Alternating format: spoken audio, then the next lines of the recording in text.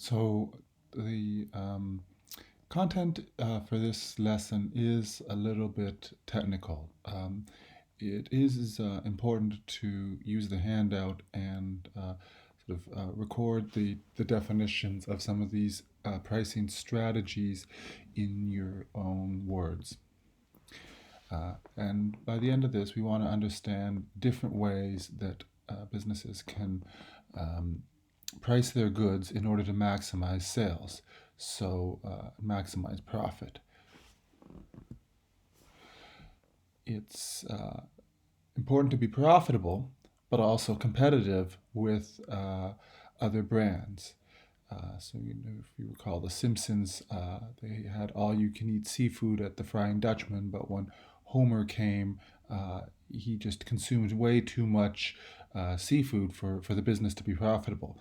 And this actually happened at Red Lobster a couple of years ago, where they had an all-you-can-eat crab, but they didn't understand how many people would come back for second and third portions. So it's not just a matter of setting the price that maximizes the individual profit, but it also anticipates what the competition will do and what the consumers will do, so that overall, over the course of the whole year, the business is as profitable as possible. So, two main factors would be the cost of doing business. So, for a good that's manufactured, that would be all the materials, that raw materials that have to be purchased. That would be the utilities cost in the factory. That would be the labor of those who run the machines in the factory, the transportation and shipping costs to get it to where it will be sold. And then you would want to add on top of that, the desired profit. For a restaurant, it would include the food, the rent on the property, the staffing, both in the kitchen and at the front of the house, any kind of utilities, for running all the kitchen equipment, and then you add up a markup. If you watch Restaurant Makeover, a lot of times Robert Irving criticizes the business owners for setting a price that's too low. They haven't actually calculated how much the food costs. They made up a number in their head, but if you consider all the items that go into running a restaurant, they've actually set a price that's too low. So we term of markup is what's added to the original product in order to cover expenses and make a profit. So sometimes you might say, okay, well, there'll be a markup of 50%. We'll take the cost of the good, and then we'll add 50%, and that will be our profit margin. So businesses, before they operate, should do a break-even analysis to figure out how much they need to sell in order to get their investment back. There's a bunch of fixed costs to running a business: the facilities, the equipment, the employees. So before you enter into business, you want to understand, well, how many units will I have to sell to make that money back? Is that something reasonable? Like, can we figure out what the business, and I'll show you a chart in a second, can we figure out the break-even point where we start to make our money back? And before entering into business, you want to do this so that you can determine whether or not your business is likely to be successful. There just might not be the demand to reach the break-even point, in which case you shouldn't enter business. But then you also want to figure out, okay, well, how at this price, how long will it take us to break even? Should we increase the price so that we break even quicker and start making a profit quicker? And because it's important to be profitable. So what you'll see on the chart is there's the fixed costs. These are constant. It doesn't matter how much you sell. For example, a store is going to pay rent, utilities, the manager's salaries, any kind of administrative costs like insurance, cleaning, things like that are usually arranged ahead of time, and it's independent of how many products they sell. They're fixed costs for that year. They're going to be fixed. So because like what if you say you have a 2021 advertising budget, and you commit to a big ad campaign at the start of the year, well, that's a fixed cost. You lose the ability to scale it down, and it doesn't. It's the same whether you sell a lot or you sell a little. Then we have variable costs. So this could be like the costs of goods sold. So for example, if Staples is selling pencils, well, they buy the pencils at a few cents per pencil, and for each pencil they sell, they have to pay 5 or 10 cents. And the more pencils they sell, the more in costs of goods sold they'll sell. If they don't sell as many, then that expense is less. For a furniture manufacturing company, the more furniture they make, the more raw materials they'll need to purchase. So the raw material expense will go up as the production of furniture increases, and it'll go down if they're having a slow year and they're making less. Shipping costs. If you're shipping online, you don't have to pay it if there's no orders. So shipping costs are less when there is less sales. Excuse me. So here we have a generic break-even chart. So the dark blue line is total revenue. So for each unit sold, you get a certain amount of dollars, and it gradually increases the more units you sell. Units are on the x-axis, price is on the y-axis, and you can see that it starts from $0 in revenue and increases steadily. So what are our fixed costs? So at the beginning of the year, there's going to be certain rent, certain insurance, certain salaries for key employees. That'll be paid no matter what. So at the start of the year, before anything has been sold, we are losing money because we've paid for the fixed costs and we haven't sold anything. Now, as we start selling units, we start making up those fixed costs. But what also happens is there's little variable costs. Like, for example, if the store is busy, you might have to schedule an extra worker.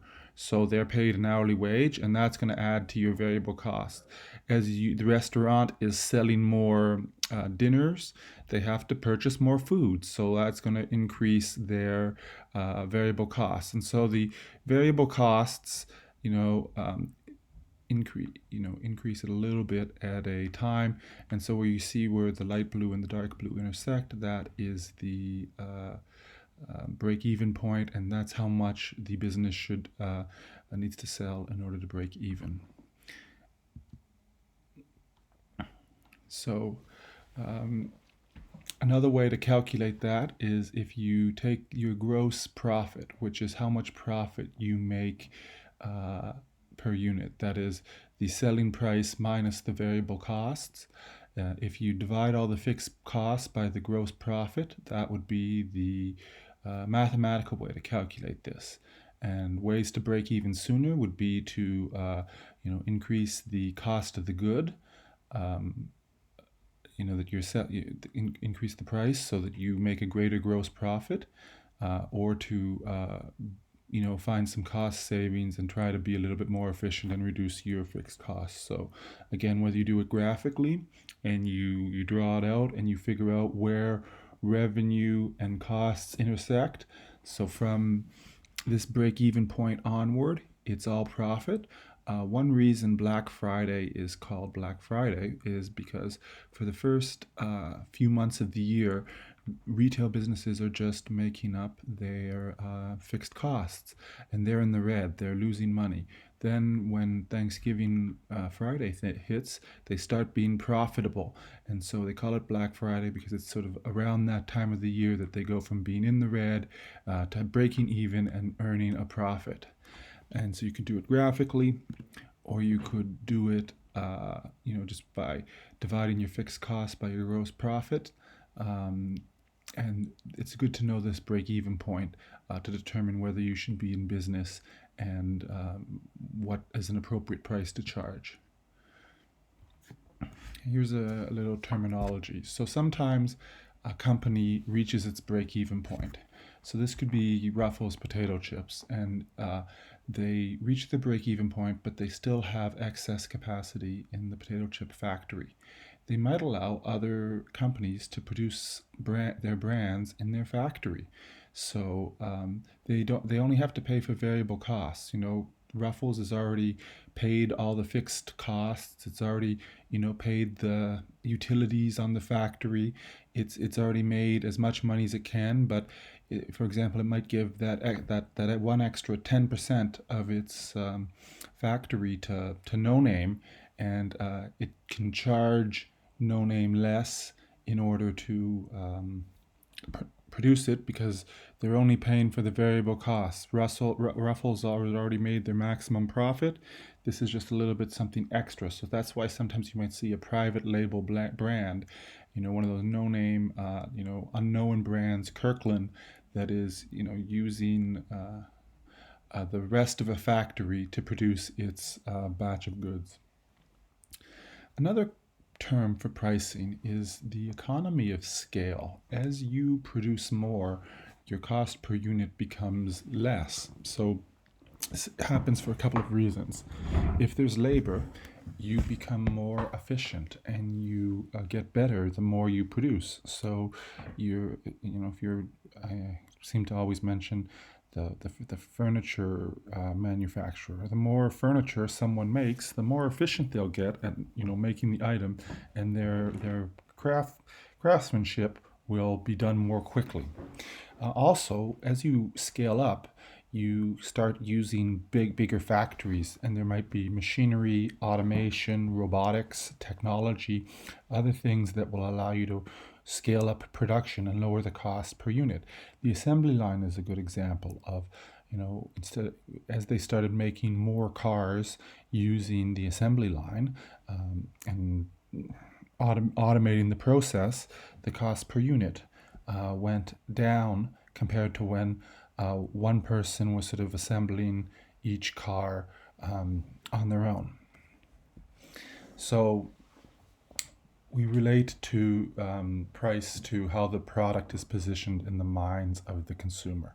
So Raptor Seasons ticket holder, they had a pop-up store for OVO hoodies.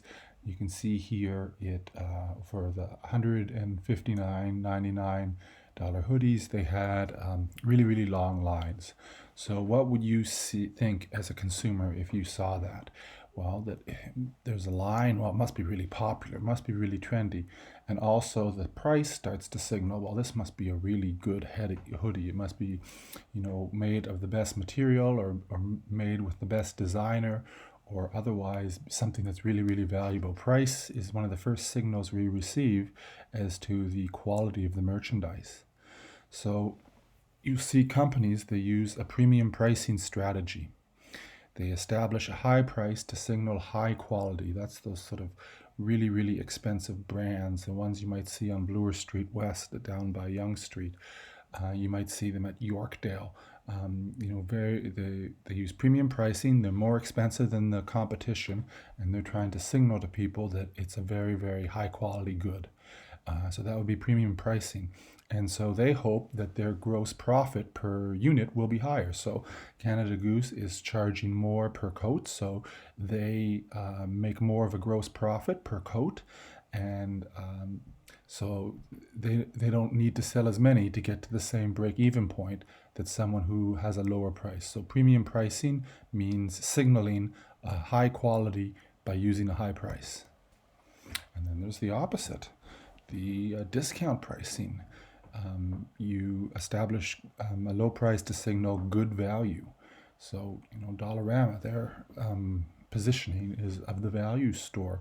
The decoration's not very fancy. The colors are pretty bright.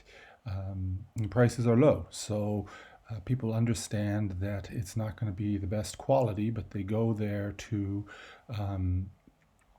get cheap goods. And so you establish value by using a low discount price. So it's the opposite of a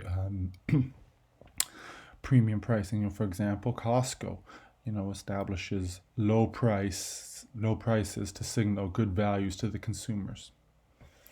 So those are two sort of main ways that you use pricing in a marketing way. Then on a more smaller time frame, a shorter time frame, on a smaller scale, you can use these strategies to achieve a specific marketing goal. And that is price skimming. So when you launch the product, you set a really high price. The reason that you do this is because there's very high demand. There's a lot of excitement for the new product, and competitors have yet to enter the market. So you set a high price right away and try to make up as much gross profit as possible. And then when competitors enter the market or when demand goes down, you lower the price later on. So price skimming, high initial price, and it lowers as time goes on. And Apple would be an example of doing this, because when their phones are new, you'll see people lined up outside the store. They start off with the full price, and then it gets lowered as time passes. Tesla, for example, when they launch a car, it'll be very, very expensive because there's that pent-up demand. They're the first movers to sort of release that version of the car, and then as people get used to it, as other car companies perhaps make a similar product, they will lower their price in the future. So then we have penetration pricing. So setting a low price to attract consumers and get them to switch. And then once they've switched, you raise the price on them. So you might see, try it free for 30 to 60 days. So we have Spotify here. So to get people hooked onto Spotify, they give them a free trial. And then they'll raise it up to the full price later on. Because once people make the switch, they tend not to break their habits and go back. So penetration pricing is a low initial price and a gradual price increase later on. So you might have you remarked in class correctly that some of the streaming services are raising their prices. It's like they got people during the start of 2020 and 2021 to make the switch and subscribe, and now they're increasing it as people have gotten into the habit of streaming on Netflix and Disney Plus. So here's how they could look on a chart. So penetration pricing starts low, and you try to get market share, and then later on you'll increase your price and increase your profit in order to break even. Whereas price skimming is you start high, you make up as much of that fixed cost as possible, and then you lower it later on once competitors have reacted. And then there's also just the idea of competitive pricing. So if we were to go to a supermarket and look at the cereal aisle, look at the soft drink aisle, look at things where there's not a lot of difference between the products, we'll see that there's a benchmark price that's established for a can of Coke or a bottle of Coke or a box of cereal, and the products will be very competitive with each other. The company that's the market leader is going to establish a benchmark price. So that's usually going to be, for example, the big market leader like a Coke of the world, like a Kellogg's of the world. They sort of establish their prices, and everyone else falls in line. Because if you were at the store and you saw one cola was 50 cents cheaper than the other one, you would, all things being equal, you'd gravitate towards the cheaper one. So in some cases there is a competitive pricing, meaning that the products are similar and they all cost roughly the same amount. And companies often will do market research to determine how much people are willing to pay, because there's you have to sell it to the consumer, and they have a number in their mind about how much they're willing to pay for the product, and the closest you can get to that number without going over, to sort of use the prices right as an example, the more profit you will sell. So this is a functional MRI that they gave to Starbucks customers in Europe, and so the Starbucks coffee was at about 190 euro, so about $3, about what the prices are right now in Canada. So they showed the picture of the coffee with the price and monitored how excited the consumer got in the functional MRI. So it started off with sort of a low excitement, because even though it would be great to have, a 5-cent coffee, in our mind we'd think, well, there's something wrong with it. Why is it that cheap? And we actually don't want something that cheap, every day. Maybe if it was a special occasion. But so when they got up to the price of Starbucks that they were currently charging, they had, pretty good activity in the brain. However, they could have even increased it more, up to like $4, and then they had lots of activity. So the people were most excited. In their minds, the implication is that the value, the value of the product shown and the price matched the closest at 2.4 euros, and then it started decreasing. So Starbucks actually could have even charged more and possibly could have gotten enough people to pay for it to make it worthwhile. So consumer demand is setting the price in order to sort of meet the expectations of the customer. And we say that that is elastic, that the demand is elastic, meaning as the price changes, how much you want a product increases or decreases. So if I were to show you some Leafs tickets, and I showed them for $50 for a pair of tickets, everyone in the class would want it. Then as we increased the price, if we started auctioning them off, people would drop off and would no longer be as interested. And at the higher price, if it was, $500 for a pair of tickets, maybe only 2 or 3 people who really liked hockey would be interested. So same thing, with electronics. You can walk by a store and see some electronics, see a tablet or a new smartphone, and then the one day you see that it's for sale. It might cause you to, your demand to change. You see the new sale and you're like, hey, that's the right number for me. I want to buy this. If you choose to take international business, you'll hear about this strategy, and it's called price dumping. And the idea is an international company purposely sells goods at a low cost in order to eradicate the competition in the target market. So an example for that would be electronics, where electronics that have come from Japan, South Korea, and China are sold in North America at a very, very low price relative to what they really cost, for the purposes of eradicating any domestic competitors. Then, once there is no more, domestic competition, they raise the price afterwards. Another example of this would be dairy in Jamaica. So some major U.S. dairy companies, so they're pretty big, they can survive a decrease in profit for a short time. So they sold milk really, really cheaply in Jamaica. And the result was Jamaicans switched from the local, dairy to the international dairy because it was just so much cheaper. So the local dairies went out of business and couldn't sustain this. They were too small.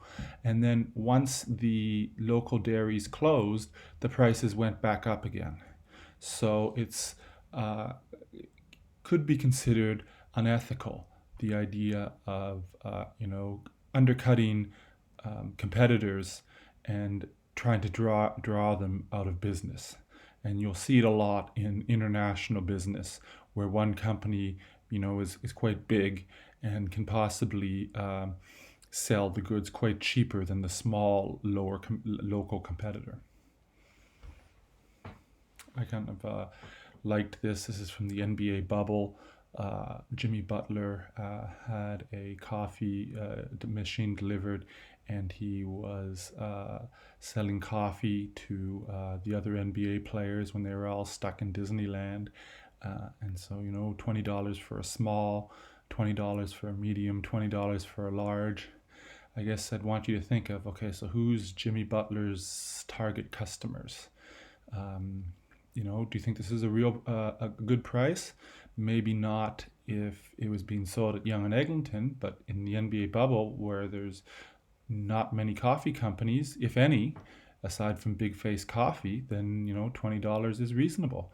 And who are the customers? Well, they're really rich, so maybe they're willing to pay for it. The average person would not, but an NBA player would. And then just the convenience of it, of having the coffee right there for someone who is quite busy. Perhaps that's the way that allowed him. And um, I just thought, this was his real sign, and I gather that it was a popular coffee to a point.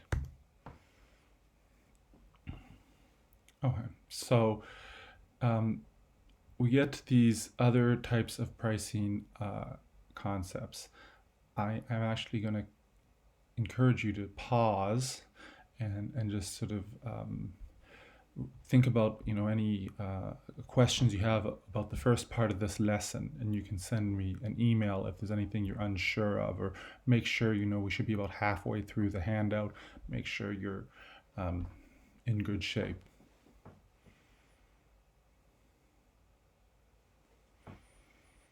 So these is a bit complicated. There is lots of different ways you can price your products, and you've probably seen them all in action. So um, these are smaller, short-term strategies.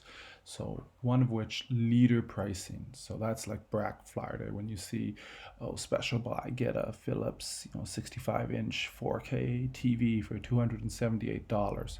So they know that TV is a loss leader. But hopefully everyone gets so carried away, they come to Best Buy and they buy, or Walmart, this was a Walmart poster, and they buy a whole bunch of other stuff that makes up for the TV that they lost money on. So maybe, you grab a tablet and some earbuds and, an iWatch at the same time, and they make up the profit. Uh, so sometimes you have something that's really, really cheap just to get people in the door, and then you hope they buy enough other stuff to make up for it. And you might see something in the supermarket in the flyer that's a really, really cheap price. But the idea is you go to that supermarket and then you fill out the rest of your groceries and they've made the money back. Price lining, you've probably seen it when you're looking at a smartphone or looking at a tablet where they have different versions at different prices. So they'll have the basic lowest price, the typical one at a medium price, and the expert or pro or the advanced version, the most memory, the biggest camera, the biggest screen, things like that. So you might see a phone and has three different versions at three different prices. You can see, a streaming service can give you like a limited number of songs for one price, and then you get on like unlimited playlists for the medium price, and then you get total non-stop access, no commercials for the highest price. Negotiation, well, so sometimes big things like a car, there's a give and take, a house, there's a real estate agent involved, and people go back and forth negotiating about what the price should be. So there's no sticker price, there's a starting point, and then the negotiations. Or to use a TV example, when they go to Rick's Gold and Silver Pawn Shop on Pawn Stars, he tries to negotiate the seller down as much as possible. Supersized pricing, kind of at Costco, type pricing where you get huge quantities at a low cost per unit. Sometimes a fast food restaurant, you want to supersize your fries or your drinks. They'll let you, for a small increase, get a bigger size. And combo pricing, that's definitely used at the food level most commonly. Add in items, and for a little bit extra, get your drink, or at Subway, get your drink and your, cookie or chips, and they encourage you to buy more by wrapping it together in a combo. So there are a few laws about pricing to be aware of. So price fixing is not allowed, meaning that the prices need to be set independently. And if it can be proven that there was collusion, the companies can be forced to pay a fine or pay money back to the consumers. There was an issue with bread at Canada, at Loblaws and Metro, and each bread company should set their own price of bread. And if one turns out to be a little less than the other, so be it. But it seemed as if Loblaws and everyone was agreeing that bread would all cost the same amount for a loaf. And they were found guilty of collusion, and they had to offer people $25 gift cards because of their anti-competitive behavior. So it's one of those things, it's kind of, if it's done informally, like competitive pricing, like we're like, okay, Pepsi charged this amount last month, they're probably going to charge the same this month, let's charge that. That's not price fixing. But if the CEO of Coke and Pepsi are caught emailing each other, negotiating what the prices will be, that is anti-competitive. Retail price maintenance. That means that any retailer is free to set whatever price they want. So there's a suggested retail price, but the wholesaler can't penalize the retailer if they sell it for something different. That is the retailer's prerogative.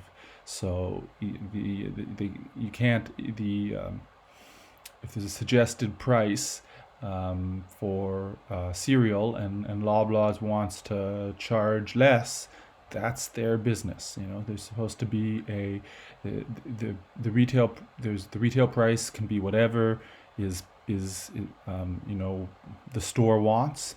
That's why it's only set as a suggested retail price. Bait and switch would be, to use a Black Friday example again, there's a big crazy promotion like 70-inch flat screen TV, super cheap, and then they only have 10, limit 10, and everyone goes to the store, they're all excited, and it's sold out. And then the salesperson's like, wow, we're out of the TV, but what if you got this one instead? It's not for sale, but it's still a great value.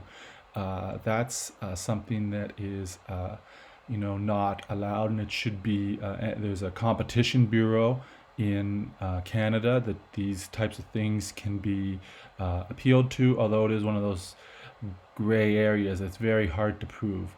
Double ticketing, sometimes to cause confusion. There'll be two different prices on the item, and then you see the low one, and then they scan you in at the higher one. You need to be aware and advocate for yourself, and it might be necessary to walk out of the store, if you feel like they're trying to have multiple price tags on an item in a clothing store, for example.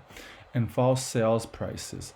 If something's for sale, it's supposed to legitimately be a sale. You can't get a big red and yellow sign that says sale and then charge your usual prices. In Canada, there's the Competition Bureau that you can complain to. So it might be hard for the average person to prove, but in some cases there's been a pattern of behavior, and the media has forced an investigation.